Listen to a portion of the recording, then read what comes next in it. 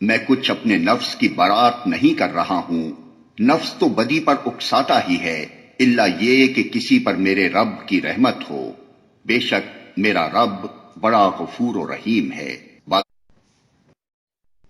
بادشاہ نے کہا انہیں میرے پاس لاؤ تاکہ میں ان کو اپنے لیے مخصوص کر لوں۔ جب یوسف نے اس سے گفتگو کی تو اس نے کہا اب آپ ہمارے ہاں قدر و منزلت رکھتے ہیں اور آپ کی امانت پر پورا بھروسہ ہے۔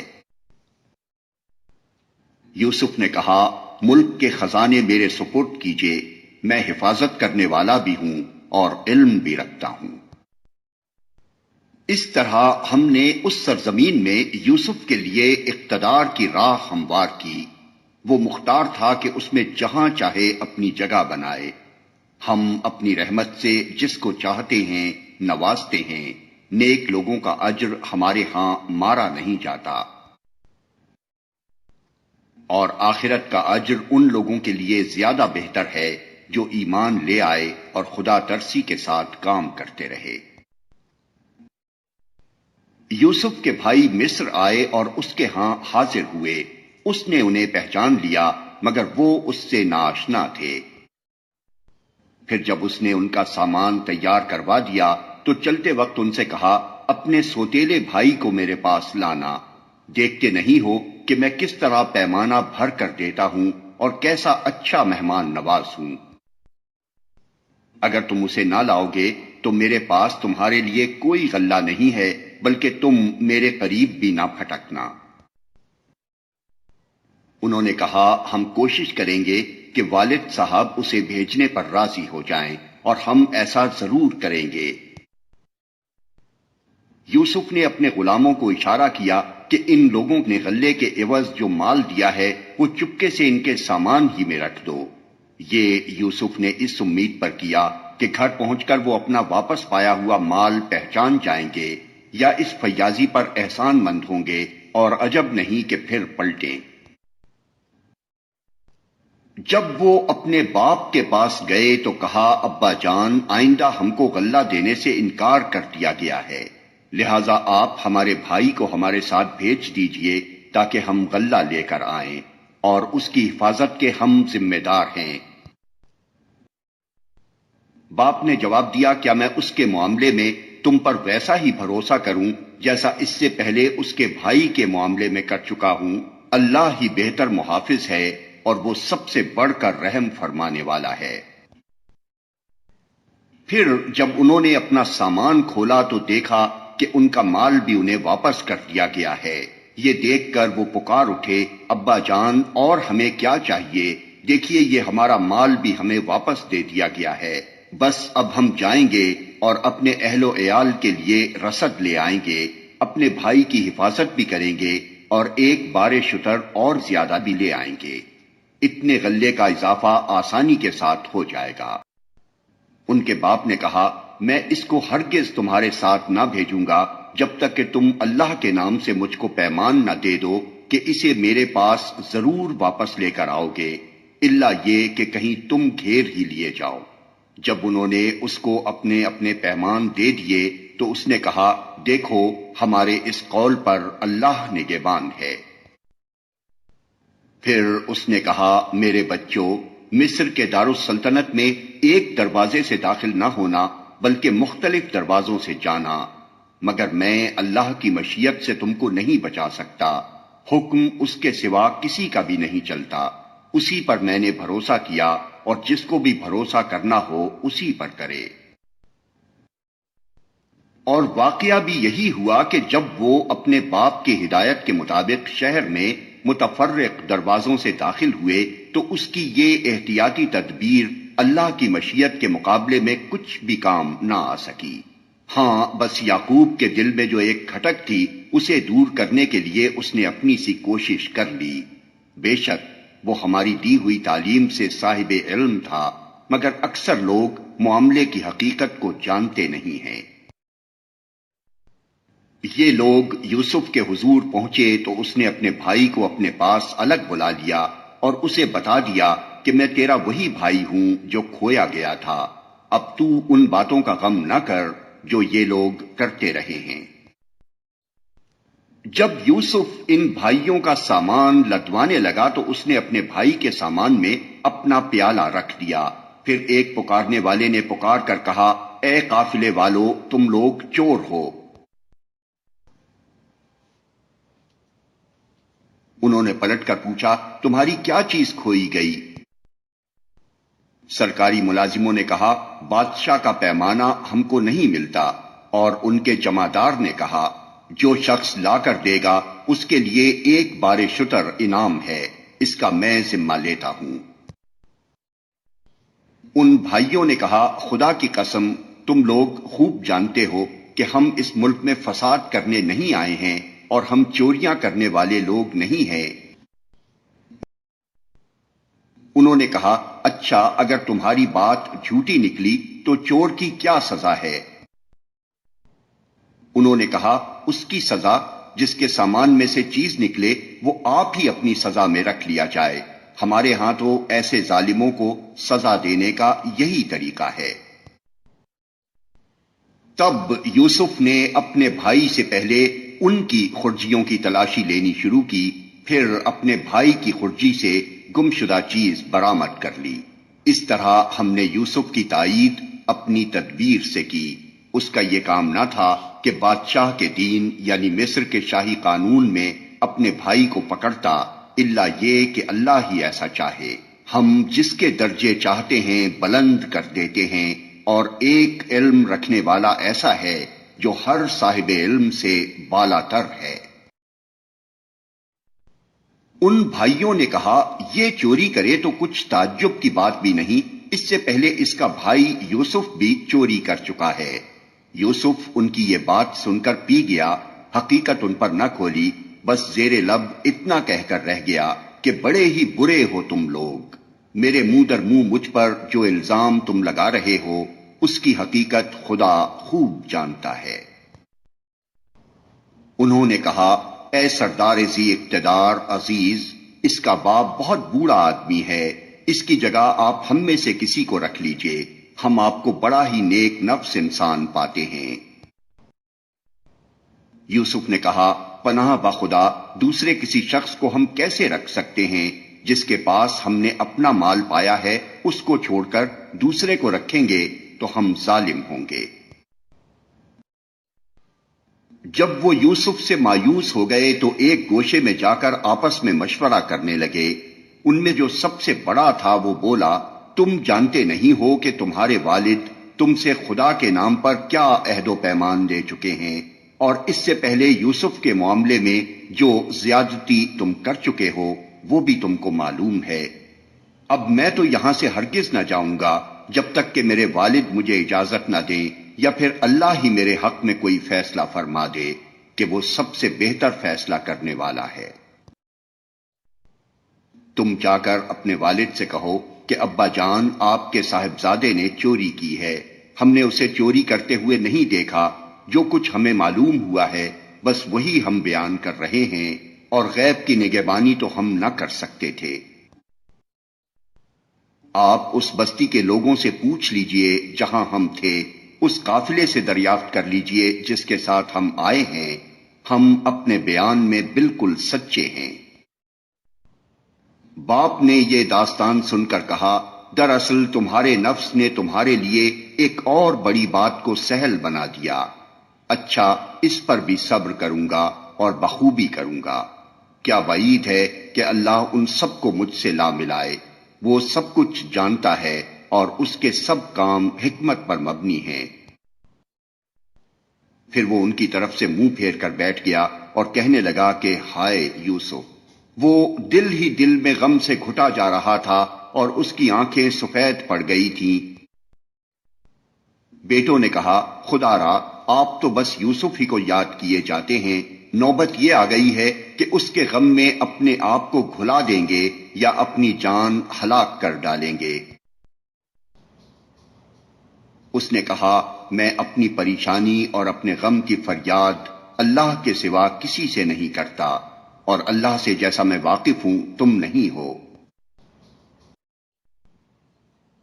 میرے بچوں، جا کر یوسف اور اس کے بھائی کی کچھ ٹوہ لگاؤ، اللہ کی رحمت سے مایوس نہ ہو، اس کی رحمت سے تو بس کافر ہی مایوس ہوا کرتے ہیں۔ جب یہ لوگ مصر جا کر یوسف کی پیشی میں داخل ہوئے تو انہوں نے عرض کیا کہ اے سردار با اقتدار، ہم اور ہمارے اہل و عیال سخت مصیبت میں مبتلا ہیں اور ہم کچھ حقیر سی پونجی لے کر آئے ہیں، آپ ہمیں بھرپور غلہ عنایت فرمائیں اور ہم کو خیرات دیں، اللہ خیرات کرنے والوں کو جزا دیتا ہے۔ یہ سن کر یوسف سے نہ رہا گیا، اس نے کہا تمہیں کچھ یہ بھی معلوم ہے کہ تم نے یوسف اور اس کے بھائی کے ساتھ کیا کیا تھا جبکہ تم نادان تھے؟ وہ چونک کر بولے، ہاں کیا تم یوسف ہو؟ اس نے کہا، ہاں میں یوسف ہوں اور یہ میرا بھائی ہے، اللہ نے ہم پر احسان فرمایا۔ حقیقت یہ ہے کہ اگر کوئی تقوی اور صبر سے کام لے تو اللہ کے ہاں ایسے نیک لوگوں کا اجر مارا نہیں جاتا۔ انہوں نے کہا، بخدا کہ تم کو اللہ نے ہم پر فضیلت بخشی اور واقعی ہم خطاکار تھے۔ اس نے جواب دیا، آج تم پر کوئی گرفت نہیں، اللہ تمہیں معاف کرے، وہ سب سے بڑھ کر رحم فرمانے والا ہے۔ جاؤ میرا یہ قمیص لے جاؤ اور میرے والد کے منہ پر ڈال دو، ان کی بینائی پلٹ آئے گی، اور اپنے سب اہل و عیال کو میرے پاس لے آؤ۔ جب یہ قافلہ مصر سے روانہ ہوا تو ان کے باپ نے کنعان میں کہا، میں یوسف کی خوشبو محسوس کر رہا ہوں، تم لوگ کہیں یہ نہ کہنے لگو کہ میں بڑھاپے میں سٹھیا گیا ہوں۔ گھر کے لوگ بولے، خدا کی قسم آپ ابھی تک اپنے اسی پرانے خبت میں پڑے ہوئے ہیں۔ پھر جب خوشخبری لانے والا آیا تو اس نے یوسف کا قمیص یعقوب کے منہ پر ڈال دیا اور یکا یک اس کی بینائی اوت کر آئی۔ تب اس نے کہا، میں تم سے کہتا نہ تھا، میں اللہ کی طرف سے وہ کچھ جانتا ہوں جو تم نہیں جانتے۔ سب بول اٹھے، ابا جان آپ ہمارے گناہوں کی بخشش کے لیے دعا کریں، واقعی ہم خطاکار تھے۔ اس نے کہا، میں اپنے رب سے تمہارے لیے معافی کی درخواست کروں گا، وہ بڑا معاف کرنے والا اور رحیم ہے۔ پھر جب یہ لوگ یوسف کے پاس پہنچے تو اس نے اپنے والدین کو اپنے ساتھ بٹھا لیا اور اپنے سب کنبے والوں سے کہا، چلو اب شہر میں چلو، اللہ نے چاہا تو امن چین سے رہو گے۔ شہر میں داخل ہونے کے بعد اس نے اپنے والدین کو اٹھا کر اپنے پاس تخت پر بٹھایا اور سب اس کے آگے بے اختیار سجدے میں جھک گئے۔ یوسف نے کہا، ابا جان یہ تعبیر ہے میرے اس خواب کی جو میں نے دیکھا تھا، میرے رب نے اسے حقیقت بنا دیا، اس کا احسان ہے کہ اس نے مجھے قید خانے سے نکالا اور آپ لوگوں کو صحرا سے لا کر مجھ سے ملایا، حالانکہ شیطان میرے اور میرے بھائیوں کے درمیان فساد ڈال چکا تھا۔ واقعہ یہ ہے کہ میرا رب غیر محسوس تدبیروں سے اپنی مشیت پوری کرتا ہے، بے شک وہ علیم اور حکیم ہے۔ اے میرے رب، تو نے مجھے حکومت بخشی اور مجھ کو باتوں کی تہہ تک پہنچنا سکھایا، زمین و آسمان کے بنانے والے تو ہی دنیا اور آخرت میں میرا سرپرست ہے، میرا خاتمہ اسلام پر کر اور انجام کار مجھے صالحین کے ساتھ ملا۔ یہ قصہ غیب کی خبروں میں سے ہے جو ہم تم پر وحی کر رہے ہیں، ورنہ تم اس وقت موجود نہ تھے جب یوسف کے بھائیوں نے آپس میں اتفاق کر کے سازش کی تھی۔ مگر تم خواہ کتنا ہی چاہو ان میں سے اکثر لوگ مان کر دینے والے نہیں ہیں، حالانکہ تم اس خدمت پر ان سے کوئی اجرت بھی نہیں مانگتے ہو، یہ تو ایک نصیحت ہے جو دنیا والوں کے لیے عام ہے۔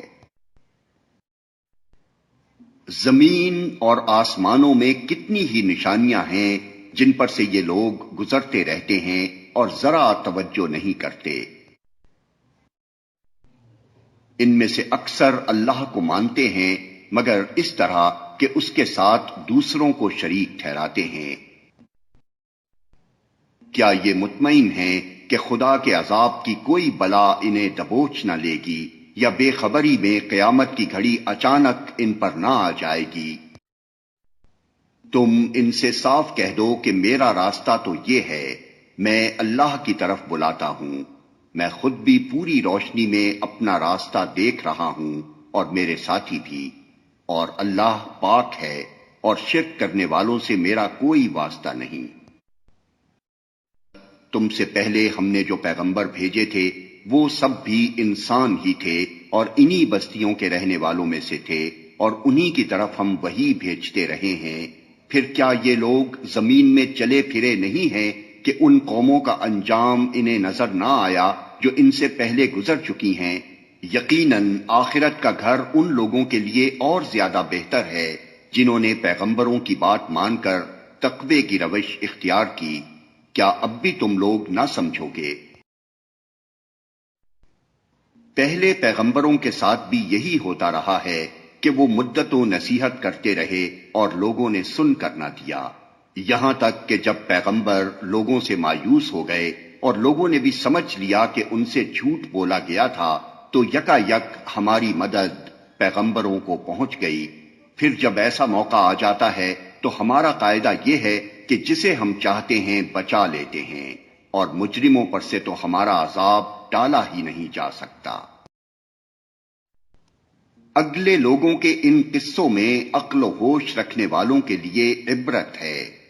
یہ جو کچھ قرآن میں بیان کیا جا رہا ہے یہ بناوٹی باتیں نہیں ہیں، بلکہ جو کتابیں اس سے پہلے آئی ہوئی ہیں انہی کی تصدیق ہے، اور ہر چیز کی تفصیل، اور ایمان لانے والوں کے لیے ہدایت اور رحمت۔ شروع اللہ کے نام سے جو رحمان و رحیم ہے۔ الف لام میم را، یہ کتاب الہی کی آیات ہیں، اور جو کچھ تمہارے رب کی طرف سے تم پر نازل کیا گیا ہے وہ عین حق ہے، مگر تمہاری قوم کے اکثر لوگ مان نہیں رہے ہیں۔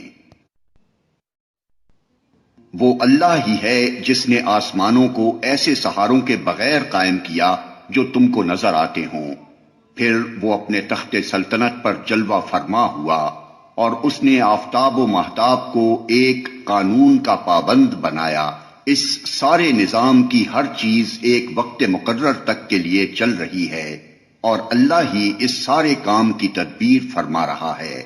وہ نشانیاں کھول کھول کر بیان کرتا ہے، شاید کہ تم اپنے رب کی ملاقات کا یقین کرو۔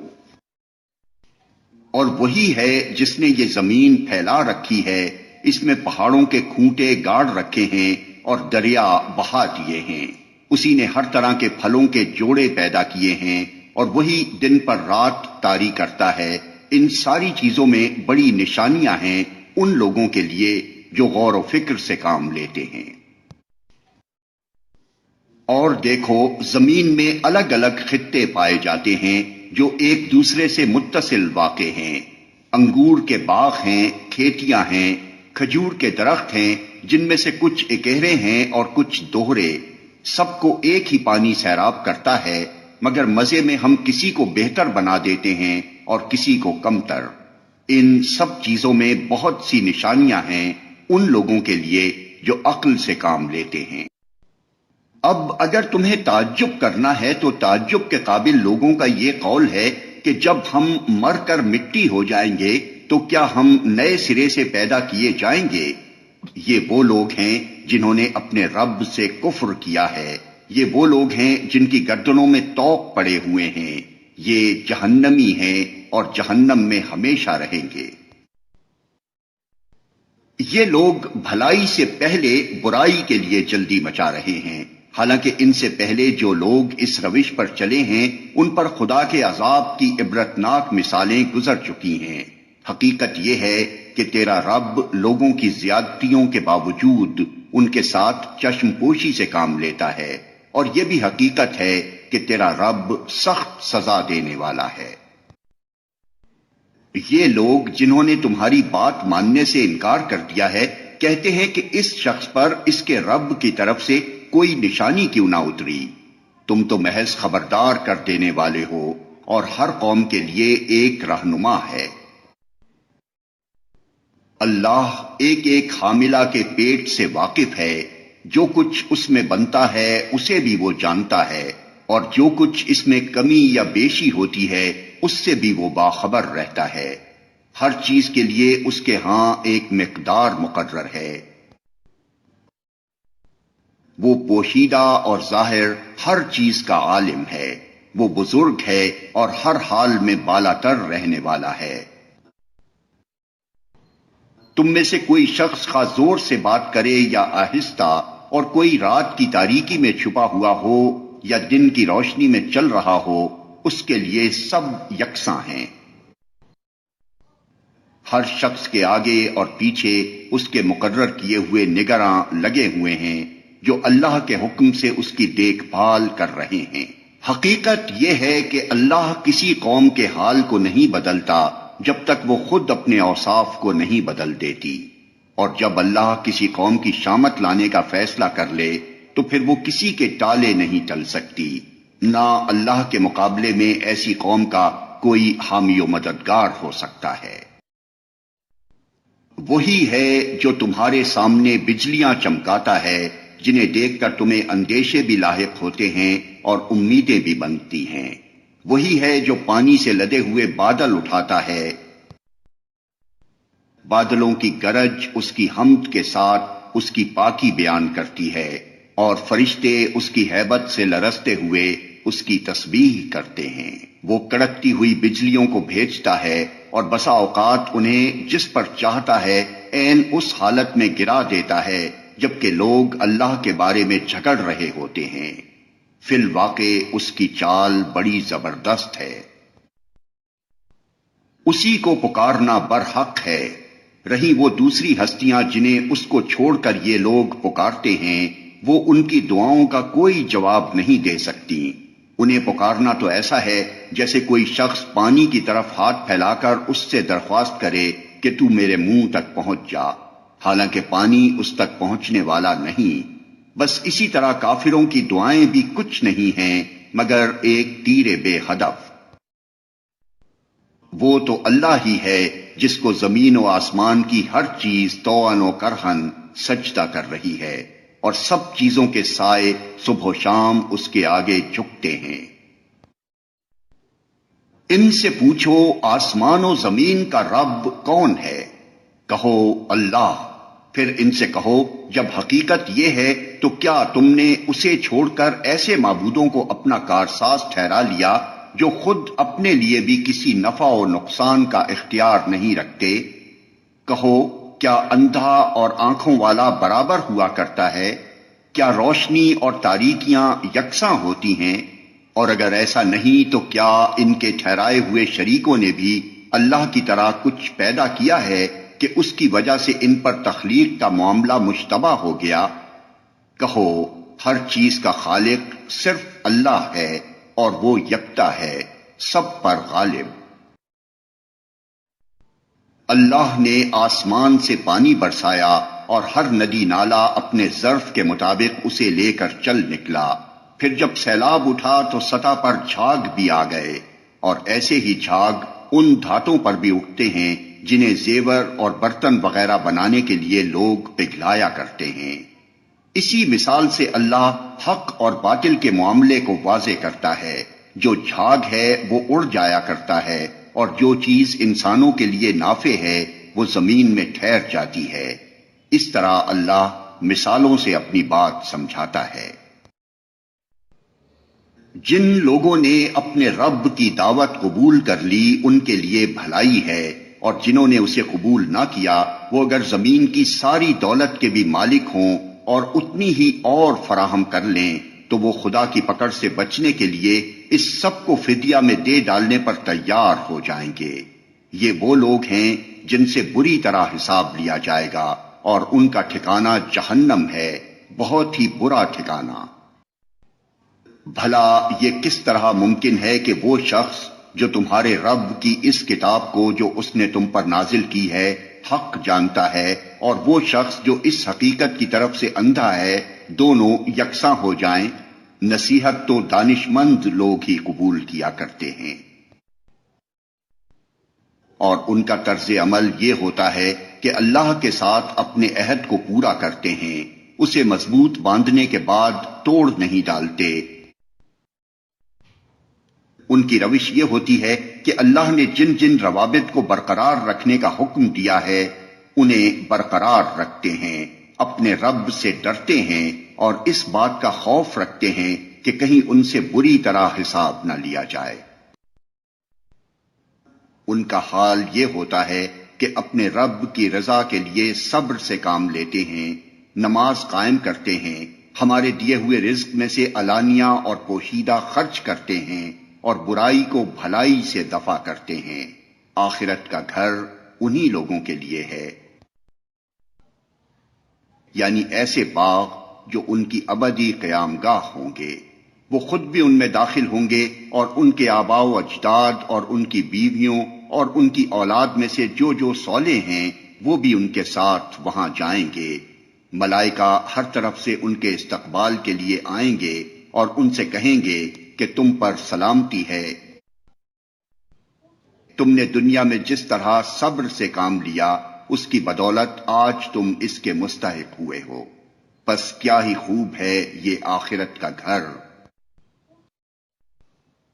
رہے وہ لوگ جو اللہ کے عہد کو مضبوط باندھ لینے کے بعد توڑ ڈالتے ہیں، جو ان رابطوں کو کاٹتے ہیں جنہیں اللہ نے جوڑنے کا حکم دیا ہے، اور جو زمین میں فساد پھیلاتے ہیں، وہ لعنت کے مستحق ہیں اور ان کے لیے آخرت میں بہت برا ٹھکانہ ہے۔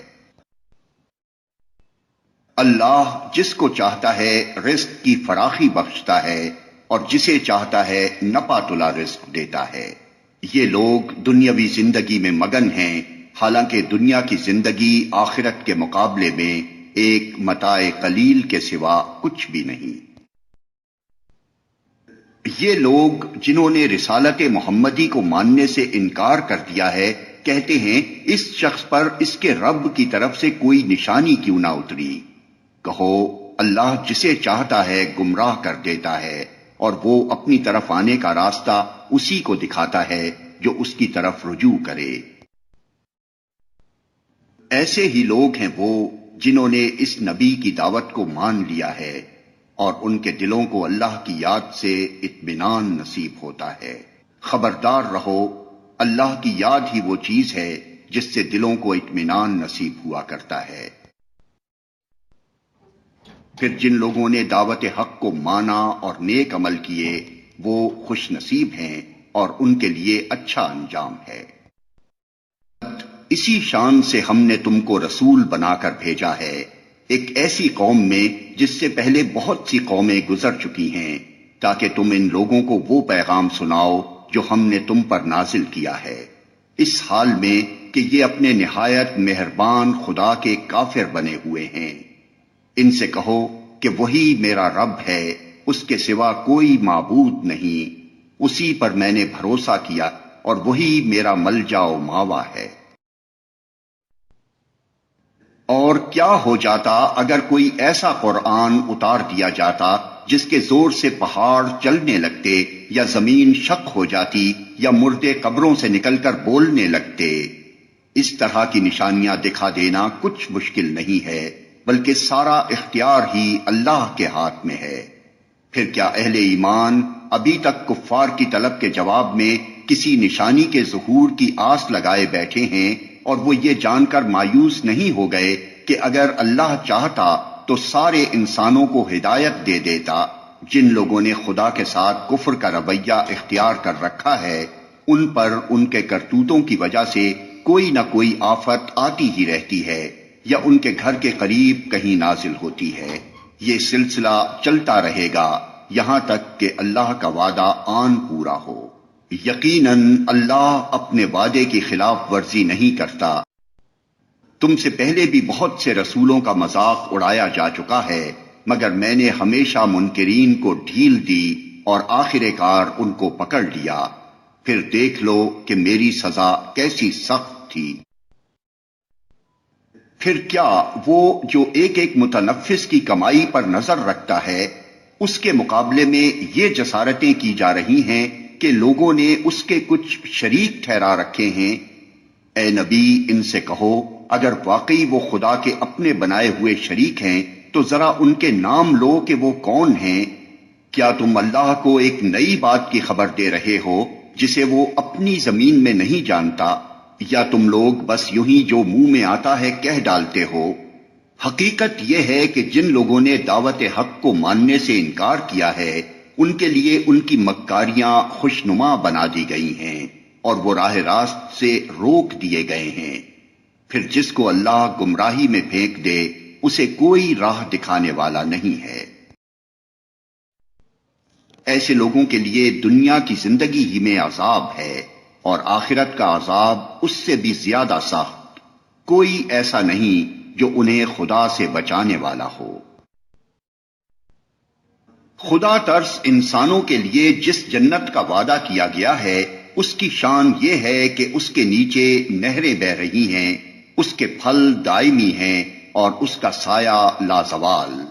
یہ انجام ہے متقی لوگوں کا، اور منکرین حق کا انجام یہ ہے کہ ان کے لیے دوزخ کی آگ ہے۔ اے نبی، جن لوگوں کو ہم نے پہلے کتاب دی تھی وہ اس کتاب سے جو ہم نے تم پر نازل کی ہے خوش ہیں، اور مختلف گروہوں میں کچھ لوگ ایسے بھی ہیں جو اس کی بعض باتوں کو نہیں مانتے۔ تم صاف کہہ دو کہ مجھے تو صرف اللہ کی بندگی کا حکم دیا گیا ہے، اور اس سے منع کیا گیا ہے کہ کسی کو اس کے ساتھ شریک ٹھہراؤں، لہذا میں اسی کی طرف دعوت دیتا ہوں اور اسی کی طرف میرا رجوع ہے۔ اسی ہدایت کے ساتھ ہم نے یہ فرمان عربی تم پر نازل کیا ہے۔ اب اگر تم نے اس علم کے باوجود جو تمہارے پاس آ چکا ہے لوگوں کی خواہشات کی پیروی کی، تو اللہ کے مقابلے میں نہ کوئی تمہارا حامی و مددگار ہے اور نہ کوئی اس کی پکڑ سے تم کو بچا سکتا ہے۔ تم سے پہلے بھی ہم بہت سے رسول بھیج چکے ہیں اور ان کو ہم نے بیوی بچوں والا ہی بنایا تھا، اور کسی رسول کی بھی یہ طاقت نہ تھی کہ اللہ کے اذن کے بغیر کوئی نشانی خود لا دکھاتا۔ ہر دور کے لیے ایک کتاب ہے۔ اللہ جو کچھ چاہتا ہے مٹا دیتا ہے اور جس چیز کو چاہتا ہے قائم رکھتا ہے۔ الکتاب اسی کے پاس ہے۔ اور اے نبی، جس برے انجام کی دھمکی ہم ان لوگوں کو دے رہے ہیں اس کا کوئی حصہ خواہ ہم تمہارے جیتے جی دکھا دیں یا اس کے ظہور میں آنے سے پہلے ہم تمہیں اٹھا لیں، بہرحال تمہارا کام صرف پیغام پہنچا دینا ہے اور حساب لینا ہمارا کام ہے۔ کیا یہ لوگ دیکھتے نہیں ہیں کہ ہم اس سرزمین پر چلے آ رہے ہیں اور اس کا دائرہ ہر طرف سے تنگ کرتے چلے آتے ہیں؟ اللہ حکومت کر رہا ہے، کوئی اس کے فیصلوں پر نظر ثانی کرنے والا نہیں ہے، اور اسے حساب لیتے کچھ دیر نہیں لگتی۔ ان سے پہلے جو لوگ ہو گزرے ہیں وہ بھی بڑی بڑی چالیں چل چکے ہیں، مگر اصل فیصلہ کن چال تو پوری کی پوری اللہ ہی کے ہاتھ میں ہے۔ وہ جانتا ہے کہ کون کیا کچھ کمائی کر رہا ہے، اور عنقریب یہ منکرین حق دیکھ لیں گے کہ انجام کس کا بخیر ہوتا ہے۔ یہ منکرین کہتے ہیں کہ تم خدا کے بھیجے ہوئے نہیں ہو، کہو میرے اور تمہارے درمیان اللہ کی گواہی کافی ہے، اور پھر ہر اس شخص کی گواہی جو کتاب آسمانی کا علم رکھتا ہے۔ شروع اللہ کے نام سے جو رحمان و رحیم ہے۔ الف لام را۔ اے محمد، یہ ایک کتاب ہے جس کو ہم نے تمہاری طرف نازل کیا ہے تاکہ تم لوگوں کو تاریکیوں سے نکال کر روشنی میں لاؤ ان کے رب کی توفیق سے، اس خدا کے راستے پر جو زبردست اور اپنی ذات میں آپ محمود ہے، اور زمین اور آسمانوں کی ساری موجودات کا مالک ہے، اور سخت تباہ کن سزا ہے قبول حق سے انکار کرنے والوں کے لیے، جو دنیا کی زندگی کو آخرت پر ترجیح دیتے ہیں، جو اللہ کے راستے سے لوگوں کو روک رہے ہیں اور چاہتے ہیں کہ یہ راستہ ان کی خواہشات کے مطابق ٹیڑھا ہو جائے۔ یہ لوگ گمراہی میں بہت دور نکل گئے ہیں۔ ہم نے اپنا پیغام دینے کے لیے جب کبھی کوئی رسول بھیجا ہے اس نے اپنی قوم ہی کی زبان میں پیغام دیا ہے تاکہ وہ انہیں اچھی طرح کھول کر بات سمجھائے۔ پھر اللہ جسے چاہتا ہے بھٹکا دیتا ہے اور جسے چاہتا ہے ہدایت بخشتا ہے، وہ بالادست اور حکیم ہے۔ ہم اس سے پہلے موسیٰ کو بھی اپنی نشانیوں کے ساتھ بھیج چکے ہیں۔ اسے بھی ہم نے حکم دیا تھا کہ اپنی قوم کو تاریکیوں سے نکال کر روشنی میں لا اور انہیں تاریخ الہی کے سبق آموز واقعات سنا کر نصیحت کر۔ ان واقعات میں بڑی نشانیاں ہیں ہر اس شخص کے لیے جو صبر اور شکر کرنے والا ہو۔ یاد کرو جب موسیٰ نے اپنی قوم سے کہا، اللہ کے اس احسان کو یاد رکھو جو اس نے تم پر کیا ہے۔ اس نے تم کو فرعون والوں سے چھڑایا جو تم کو سخت تکلیفیں دیتے تھے، تمہارے لڑکوں کو قتل کر ڈالتے تھے اور تمہاری عورتوں کو زندہ بچا رکھتے تھے۔ اس میں تمہارے رب کی طرف سے تمہاری بڑی آزمائش تھی۔ اور یاد رکھو تمہارے رب نے خبردار کر دیا تھا کہ اگر شکر گزار بنو گے تو میں تم کو اور زیادہ نوازوں گا، اور اگر کفران نعمت کرو گے تو میری سزا بہت سخت ہے۔ اور موسیٰ نے کہا، اگر تم کفر کرو اور زمین کے سارے رہنے والے بھی کافر ہو جائیں تو اللہ بے نیاز اور اپنی ذات میں آپ محمود ہے۔ کیا تمہیں ان قوموں کے حالات نہیں پہنچے جو تم سے پہلے گزر چکی ہیں؟ قوم نوح، عاد، سمود اور ان کے بعد آنے والی بہت سی قومیں جن کا شمار اللہ ہی کو معلوم ہے۔ ان کے رسول جب ان کے پاس صاف صاف باتیں اور کھلی کھلی نشانیاں لیے ہوئے آئے تو انہوں نے اپنے منہ میں ہاتھ دبا لیے اور کہا کہ جس پیغام کے ساتھ تم بھیجے گئے ہو ہم اس کو نہیں مانتے، اور جس چیز کی تم ہمیں دعوت دیتے ہو اس کی طرف سے ہم سخت خلجان آمیز شک میں پڑے ہوئے ہیں۔ ان کے رسولوں نے کہا، کیا خدا کے بارے میں شک ہے جو آسمانوں اور زمین کا خالق ہے؟ وہ تمہیں بلا رہا ہے تاکہ تمہارے قصور معاف کرے اور تم کو ایک مدت مقرر تک مہلت دے۔ انہوں نے جواب دیا، تم کچھ نہیں ہو مگر ویسے ہی انسان جیسے ہم ہیں۔ تم ہمیں ان ہستیوں کی بندگی سے روکنا چاہتے ہو جن کی بندگی باپ دادا سے ہوتی چلی آ رہی ہے۔ اچھا تو لاؤ کوئی صریح سند۔ ان کے رسولوں نے ان سے کہا، واقعی ہم کچھ نہیں ہیں مگر تم ہی جیسے انسان، لیکن اللہ اپنے بندوں میں سے جس کو چاہتا ہے نوازتا ہے، اور یہ ہمارے اختیار میں نہیں ہے کہ تمہیں کوئی سند لا دیں۔ سند تو اللہ ہی کے اذن سے آ سکتی ہے، اور اللہ ہی پر اہل ایمان کو بھروسہ کرنا چاہیے۔ اور ہم کیوں نہ اللہ پر بھروسہ کریں جبکہ ہماری زندگی کی راہوں میں اس نے ہماری رہنمائی کی ہے۔ جو اذیتیں تم لوگ ہمیں دے رہے ہو ان پر ہم صبر کریں گے، اور بھروسہ کرنے والوں کا بھروسہ اللہ ہی پر ہونا چاہیے۔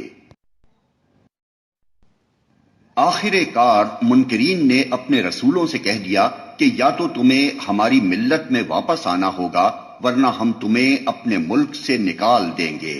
تب ان کے رب نے ان پر وحی بھیجی کہ ہم ان ظالموں کو ہلاک کر دیں گے اور ان کے بعد تمہیں زمین میں آباد کریں گے۔ یہ انعام ہے اس کا جو میرے حضور جواب دہی کا خوف رکھتا ہو اور میری وعید سے ڈرتا ہو۔ انہوں نے فیصلہ چاہا تھا تو یوں ان کا فیصلہ ہوا، اور ہر جبار دشمن حق نے منہ کی کھائی۔ پھر اس کے بعد آگے اس کے لیے جہنم ہے، وہاں اسے کچ لہو کا سا پانی پینے کو دیا جائے گا جسے وہ زبردستی حلق میں اتارنے کی کوشش کرے گا اور مشکل ہی سے اتار سکے گا۔ موت ہر طرف سے اس پر چھائی رہے گی مگر وہ مرنے نہ پائے گا، اور آگے ایک سخت عذاب اس کی جان کا لاگو رہے گا۔ جن لوگوں نے اپنے رب سے کفر کیا ہے ان کے اعمال کی مثال اس راکھ کی سی ہے جسے ایک طوفانی دن کی آندھی نے اڑا دیا ہو۔ وہ اپنے کیے کا کچھ بھی پھل نہ پا سکیں گے۔ یہی پرلے درجے کی گمگشتگی ہے۔ کیا تم دیکھتے نہیں ہو کہ اللہ نے آسمان و زمین کی تخلیق کو حق پر قائم کیا ہے؟ وہ چاہے تو تم لوگوں کو لے جائے اور ایک نئی خلقت تمہاری جگہ لے آئے۔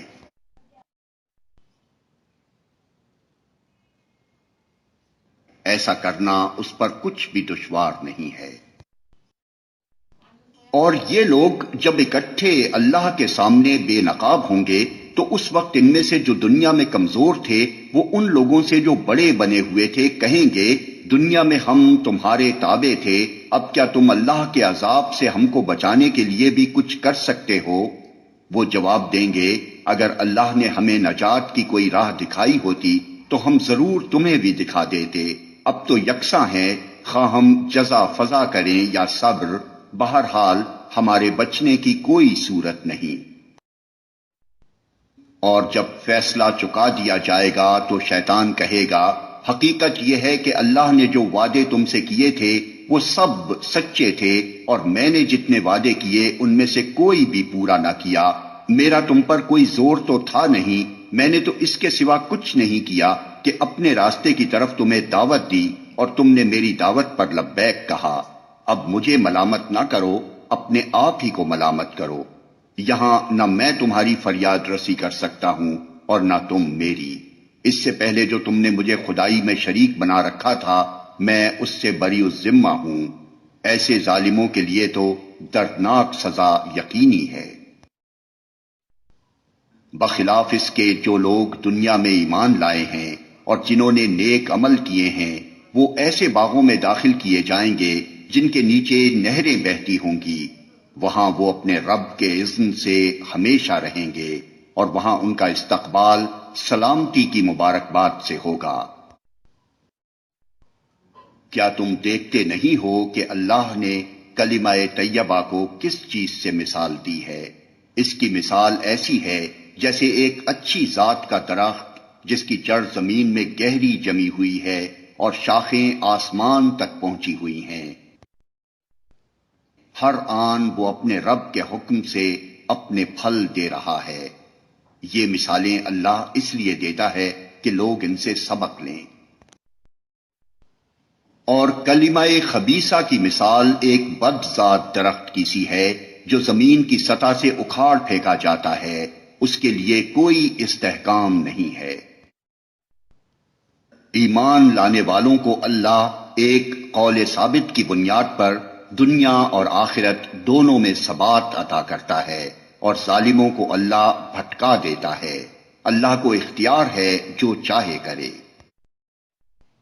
تم نے دیکھا ان لوگوں کو جنہوں نے اللہ کی نعمت پائی اور اسے کفران نعمت سے بدل ڈالا اور اپنے ساتھ اپنی قوم کو بھی ہلاکت کے گھر میں جھونک دیا، یعنی جہنم جس میں وہ جھلسے جائیں گے اور وہ بدترین جائے قرار ہے۔ اور اللہ کے کچھ ہمسر تجویز کر لیے تاکہ وہ انہیں اللہ کے راستے سے بھٹکا دیں، ان سے کہو اچھا مزے کر لو، آخر کار تمہیں پلٹ کر جانا دوزخ ہی میں ہے۔ اے نبی، میرے جو بندے ایمان لائے ہیں ان سے کہہ دو کہ نماز قائم کریں اور جو کچھ ہم نے ان کو دیا ہے اس میں سے کھلے اور چھپے راہ خیر میں خرچ کریں، قبل اس کے کہ وہ دن آئے جس میں نہ خرید و فروخت ہوگی اور نہ دوست نوازی ہو سکے گی۔ اللہ وہی تو ہے جس نے زمین اور آسمانوں کو پیدا کیا اور آسمان سے پانی برسایا، پھر اس کے ذریعے سے تمہاری رزق رسانی کے لیے طرح طرح کے پھل پیدا کیے، جس نے کشتی کو تمہارے لیے مسخر کیا کہ سمندر میں اس کے حکم سے چلے اور دریاؤں کو تمہارے لیے مسخر کیا، جس نے سورج اور چاند کو تمہارے لیے مسخر کیا کہ لگاتار چلے جا رہے ہیں اور رات اور دن کو تمہارے لیے مسخر کیا، جس نے وہ سب کچھ تمہیں دیا جو تم نے مانگا، اگر تم اللہ کی نعمتوں کا شمار کرنا چاہو تو کر نہیں سکتے، حقیقت یہ ہے کہ انسان بڑا ہی بے انصاف اور ناشکرا ہے۔ یاد کرو وہ وقت جب ابراہیم نے دعا کی تھی کہ پروردگار اس شہر کو امن کا شہر بنا اور مجھے اور میری اولاد کو بت پرستی سے بچا۔ پروردگار، ان بتوں نے بہتوں کو گمراہی میں ڈالا ہے، ممکن ہے کہ میری اولاد کو بھی یہ گمراہ کر دیں، لہذا ان میں سے جو میرے طریقے پر چلے وہ میرا ہے، اور جو میرے خلاف طریقہ اختیار کرے تو یقیناً تو درگزر کرنے والا مہربان ہے۔ پروردگار، میں نے ایک بے آب و گیاہ وادی میں اپنی اولاد کے ایک حصے کو تیرے محترم گھر کے پاس لا بسایا ہے۔ پروردگار، یہ میں نے اس لیے کیا ہے کہ یہ لوگ یہاں نماز قائم کریں، لہذا تو لوگوں کے دلوں کو ان کا مشتاق بنا اور انہیں کھانے کو پھل دے، شاید کہ یہ شکر گزار بنے۔ پروردگار، تو جانتا ہے جو کچھ ہم چھپاتے ہیں اور جو کچھ ظاہر کرتے ہیں، اور واقعی اللہ سے کچھ بھی چھپا ہوا نہیں ہے، نہ زمین میں نہ آسمانوں میں۔ شکر ہے اس خدا کا جس نے مجھے اس بڑھاپے میں اسماعیل اور اسحاق جیسے بیٹے دیے۔ حقیقت یہ ہے کہ میرا رب ضرور دعا سنتا ہے۔ اے میرے پروردگار، مجھے نماز قائم کرنے والا بنا اور میری اولاد سے بھی ایسے لوگ اٹھا جو یہ کام کریں۔ پروردگار، میری دعا قبول کر۔ اے پروردگار، مجھے اور میرے والدین کو اور سب ایمان لانے والوں کو اس دن معاف کر دیجیے جبکہ حساب قائم ہوگا۔ اب یہ ظالم لوگ جو کچھ کر رہے ہیں اللہ کو تم اس سے غافل نہ سمجھو، اللہ تو انہیں ٹال رہا ہے اس دن کے لیے جب حال یہ ہوگا کہ آنکھیں پھٹی کی پھٹی رہ گئی ہیں، سر اٹھائے بھاگے چلے جا رہے ہیں، نظریں اوپر جمی ہیں اور دل اڑے جاتے ہیں۔ اس دن سے تم انہیں ڈراؤ جبکہ عذاب انہیں آ لے گا۔ اس وقت یہ ظالم کہیں گے کہ اے ہمارے رب، ہمیں تھوڑی سی مہلت اور دے دے، ہم تیری دعوت کو لبیک کہیں گے اور رسولوں کی پیروی کریں گے، مگر انہیں صاف جواب دے دیا جائے گا، کیا تم وہی لوگ نہیں ہو جو اس سے پہلے قسمیں کھا کھا کر کہتے تھے کہ ہم پر تو کبھی زوال آنا ہی نہیں ہے،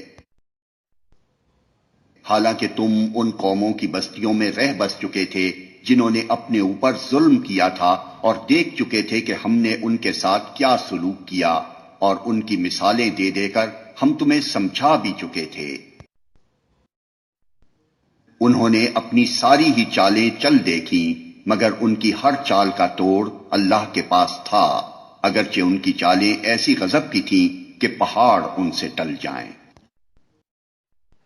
پس اے نبی، تم ہرگز یہ گمان نہ کرو کہ اللہ کبھی اپنے رسولوں سے کیے ہوئے وعدوں کے خلاف کرے گا۔ اللہ زبردست ہے اور انتقام لینے والا ہے۔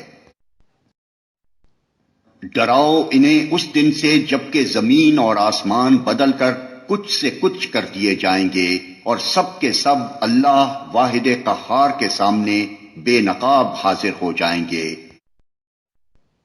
اس روز تم مجرموں کو دیکھو گے کہ زنجیروں میں ہاتھ پاؤں جکڑے ہوں گے، تارکول کے لباس پہنے ہوئے ہوں گے، اور آگ کے شعلے ان کے چہروں پر چھائے جا رہے ہوں گے۔ یہ اس لیے ہوگا کہ اللہ ہر متنفس کو اس کے کیے کا بدلہ دے گا، اللہ کو حساب لیتے کچھ دیر نہیں لگتی۔ یہ ایک پیغام ہے سب انسانوں کے لیے، اور یہ بھیجا گیا ہے اس لیے کہ ان کو اس کے ذریعے سے خبردار کر دیا جائے، اور وہ جان لیں کہ حقیقت میں خدا بس ایک ہی ہے، اور جو عقل رکھتے ہیں وہ ہوش میں آ جائیں۔ شروع اللہ کے نام سے جو رحمان و رحیم ہے۔ الف لام را، یہ آیات ہیں کتاب الہی اور قرآن مبین کی۔